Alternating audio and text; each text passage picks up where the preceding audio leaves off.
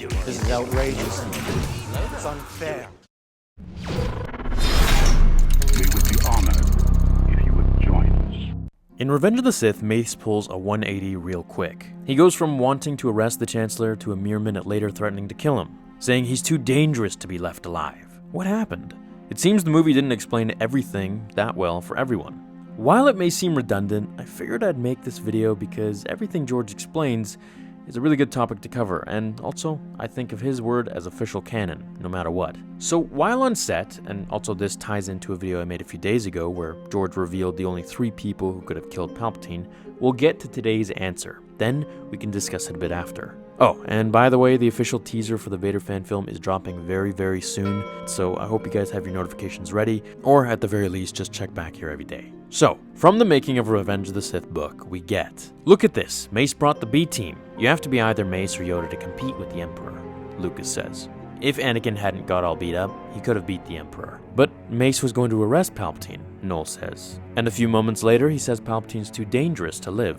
What happened? Mace was going to do the right thing by arresting him, but after Palpatine does the lightning, he changes his mind. Jackson and McDermott return, final checks are completed, and cameras roll. You are under arrest, my lord, Jackson threatens, towering over Palpatine. He booms, "You old fool!" For the moment when Anakin arrives, Lucas explains the situation to Christensen. You almost came a second too late. You're rushing over to make sure that nothing happens, but your anticipation is that they're going to hurt each other. When the lightning starts, things are getting worse from your point of view, and when Mace is going to kill him, you have to act. Fletcher calls action and the large fans ruffle the Jedi cloaks. "You have lost," Jackson intones above the machines. After a couple of takes, Lucas asks Jackson to add a hand gesture that warns Anakin to back off as he prepares to execute the Sith. For the end of the conflict, Jackson screams over and over as he's fried by Sith lightning. "He's pretty good at that electrocution business," Noel remarks. "Yeah, but I want him to do a little more before turning away from the camera," Lucas says. After Jackson adjusts his performance, completing another convincing death scene, the crew applauds.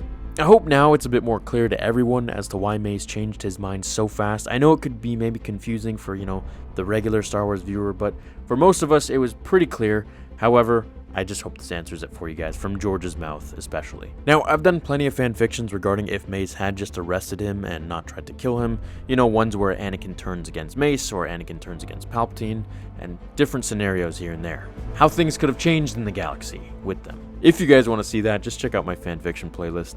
There are some weird ones and some decent ones in there. What?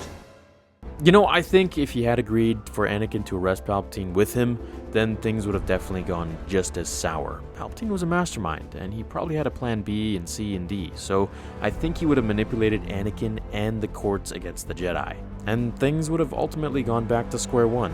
I hope you guys enjoyed this behind the Revenge of the Sith stuff from the books. If you did, I need you to hit that like button and support the channel, just so that I can keep making more of these videos.